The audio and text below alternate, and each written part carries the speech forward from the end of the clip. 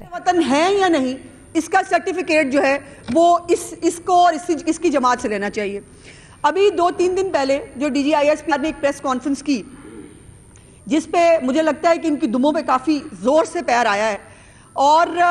اس میں میری 3-4 گزارشات ہیں۔ پہلی تو بات یہ ہے کہ D G I S P R کو یہ پریس کانفرنس کرنے کی ضرورت کیوں محسوس ہوئی؟ اس لیے کہ جب 2-2.5 سال سے مسلسل جب سے ان کو پارلیمنٹ کے ذریعے ذلیل و خوار ہو کے نکلنا پڑا، اس وقت یہاں تک پہنچے جو آج دوسروں کو آئین شکنی، آئین کا حلف پڑھاتے ہیں، آئین کی جو ہے وہ شکیں پڑھ پڑھ کے بتاتے ہیں، وہ لوگ ہیں جنہوں نے باقاعدہ سپریم کورٹ کے فیصلے کے مطابق آئین شکنی کی، آرٹیکل 6 کے مرتکب ہوئے۔ وہ لوگ جو ہے وہ آج D G I S P R کی اس پریس کانفرنس کے اوپر انہوں نے کہا کہ یہ حلف کی خلاف ورزی ہو گئی ہے اور یہ جو ہے یہ سیاست میں آ رہے ہیں۔ میرے 2 سوالات ہیں۔ پہلی بات یہ ہے کہ جب آپ 2.5 سال اپنے بیرون ملک بیٹھے ہوئے پروپیگنڈا سیل اور کی بورڈ وارئرز کے ذریعے جب آپ ایک منظم کیمپین کریں گے ایک ادارے کے سربراہ کے خلاف، تو آخر کہیں تو آخر فل سٹاپ لگے گا، کہیں تو آخر پیشنس جو ہے وہ ختم ہوگی۔ اور سوال یہ ہے کہ کیوں کیا جائے؟ کیوں؟ اس لیے کہ جب وہ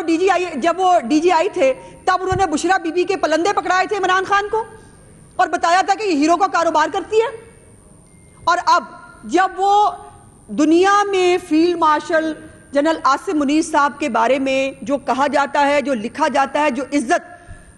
وزیر اعظم پاکستان کو اور فیلڈ مارشل کو جو ہے ملتی ہے، وہ لوگ ان کو کھانے پر بلا کر خوش ہوتے ہیں۔ اس وقت پاکستان کے اندر فیڈرل کیپٹل کے اندر لائن لگی ہوئی ہے سربراہان مملکت کی، ایک جاتا ہے دوسرا واپس آتا ہے، ایک جاتا ہے تیسرا آتا ہے، کیونکہ جو ایک عالمی تنہائی میں جو ایک واہیات قسم کی ان کی خارجہ پالیسی تھی، جس ملک میں بیٹھتا تھا اسی ملک کے خلاف گفتگو کرتا تھا، یا وہاں پر بیٹھ کر کسی دوسرے ملک کے خلاف گفتگو کرتا تھا جو ظاہر ہے پہنچ جاتی ہے، اور پاکستان ٹوٹل عالمی تنہائی کا شکار تھا۔ تمام تر جو ہے وہ محنت کے بعد جب پاکستان کو آن ٹریک لایا گیا تو یہ ہضم نہیں ہوا، چونکہ پاکستان کے لیے جو اچھی خبر ہے وہ اس فتنہ فساد گروپ کے لیے بری خبر ہے۔ پاکستان جو ہے وہ اگر معاشی لحاظ سے ترقی کرے وہ ان کے لیے بری خبر ہے۔ پاکستان عالمی تنہائی سے باہر نکلے وہ ان کے لیے بری خبر ہے۔ پاکستان کے اندر جو ہے ٹرانسپیرنسی انٹرنیشنل کی رپورٹ آئی ہے، اس کی بھی میں انشاءاللہ آگے جا کے بات کرتی ہوں۔ وہ کہتے ہیں کہ پرسیپشن بہتر ہوا ہے پاکستان کا جو ہے وہ کرپشن کے حوالے سے، وہ ان کے لیے بری خبر ہے۔ لیکن بات یہ ہے کہ آپ بار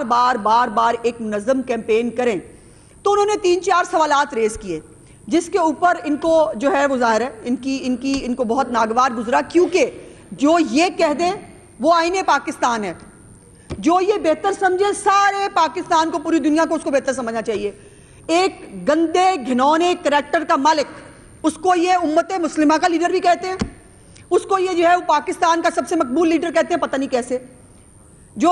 3-4 پیرامیٹرز ہوتے ہیں مقبولیت جاننے کے لیے، الیکشن میں ان کو منہ کی کھانی پڑی، جلسہ جلوس ان کے پلے نہیں رہا، اور پوری پرفارمنس جو ہے وہ کہیں پر آپ کو دیکھنے میں نہیں ملے گی۔ میں سمجھتی ہوں کہ اس وقت جو اڈیالہ کا قیدی ہے وہ الطاف حسین پارٹ 2 بن چکا ہے، اور ایگزیکٹلی وہی پالیسیاں ہیں، وہی چیزیں ہیں جو اس وقت الطاف حسین نے کہی تھی۔ اس نے ویسے مائلڈ باتیں کی تھی، جو یہ کر رہے ہیں۔ اب یہ D G I S P R جو ہے، ان کے والد صاحب اکرام اللہ نیازی صاحب بہت قابل احترام ہے، میں ان کے بارے میں کوئی گفتگو نہیں کرنا چاہتی، بہت ساری باتیں ان کے بارے میں بھی زبانیں ددیام ہیں، ہمیں عادت نہیں ہے ماں باپ پہ جانے کی۔ لیکن آپ یہ دیکھیے کہ D G I S P R ان کے والد صاحب کے بارے میں ایک جو کیمپین، ایک کھٹیا کیمپین شروع کی گئی، ان کے ماں باپ پہ نہ جاؤ، لیکن دوسرے کے ہر ایک کے ماں باپ پہ یہ جا سکتے ہیں، ان کے پاس حق ہے۔ ان کے والد صاحب جو ہے ان کے اوپر بے شک جو مرضی جو ہے چارج شیٹ ہوئی ہو، لیکن دوسری طرف ایک ایسا ہمارا سائنٹسٹ جس کو دنیا اون کرتی ہے، جن کو کہتے ہیں کہ وہ ایک جو ہے وہ ان کو ستارہ مل چکا ہے، تمغہ امتیاز مل چکا ہے، جو ایک ہمارے سائنٹسٹ ہیں، ان کے بارے میں جو ایک گھٹیا کیمپین چلائی جا رہی ہے، اس لیے کہ D G I S P R نے چند سوالات کیوں پوچھ لیے، اور پھر جو خود بات پہ پختونوں کی توہین کرتے ہیں۔ محمود اچکزئی صاحب جو اس وقت ان کے بڑے ہیں، اللہ کی شان ہے ویسے، جن کے وہ دوپٹہ لے لے کے موصوف جو ہے وہ کنٹینر کے اوپر جن کی تصدیق کیا کرتے تھے وہ پختون نہیں تھے؟ مولانا فضل الرحمان جن کے بارے میں کیا کیا القابات جو ہے وہ آج بھی سوشل میڈیا کے اوپر جو ہے وہ ان کے لوگ دیتے ہیں، اور یہ خود اپنی زبان سے ان کے بارے میں کیا کیا کہتا رہا ہے، وہ پختون نہیں تھے؟ اور اب تو محترمائیں ان کی جو بہنیں ہیں وہ معاف کیجئے گا وہ کسی طور پر اپنے بھائی سے ملنے نہیں جاتی، نہ ان کو بھائی کی جو ہے وہ کوئی فکر ہے، وہ صرف یہ جاتی ہیں کہ جبران الیاس کے لیے مسالہ لے آئیں اندر سے جا کے اور پوچھ کے آئیں کہ آج کیا لکھنا ہے اور کس طرح سے جو ہے کس کو گالی دینی ہے۔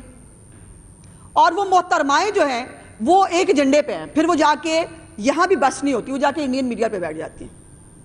اور انڈین میڈیا ایگزیکٹلی جو ہے وہ اس وقت اگر آپ دیکھیں انڈین میڈیا یا دکھاتا ہے سہیل آفریدی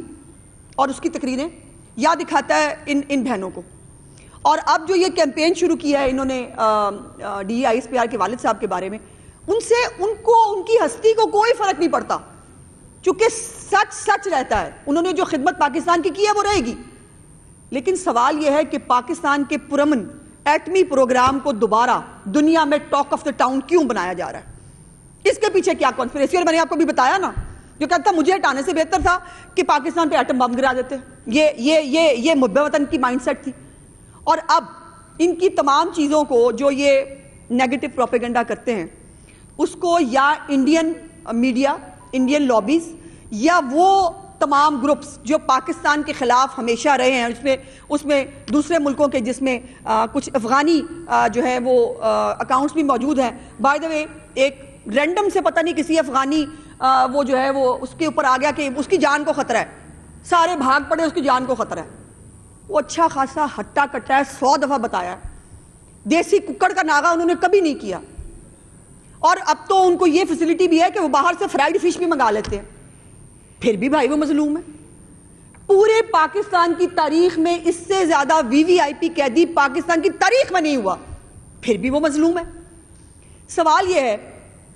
کہ ایک ٹرم استعمال کی DGISPR نے، تم ہو کون؟ اس پہ بڑا اعتراض ہے،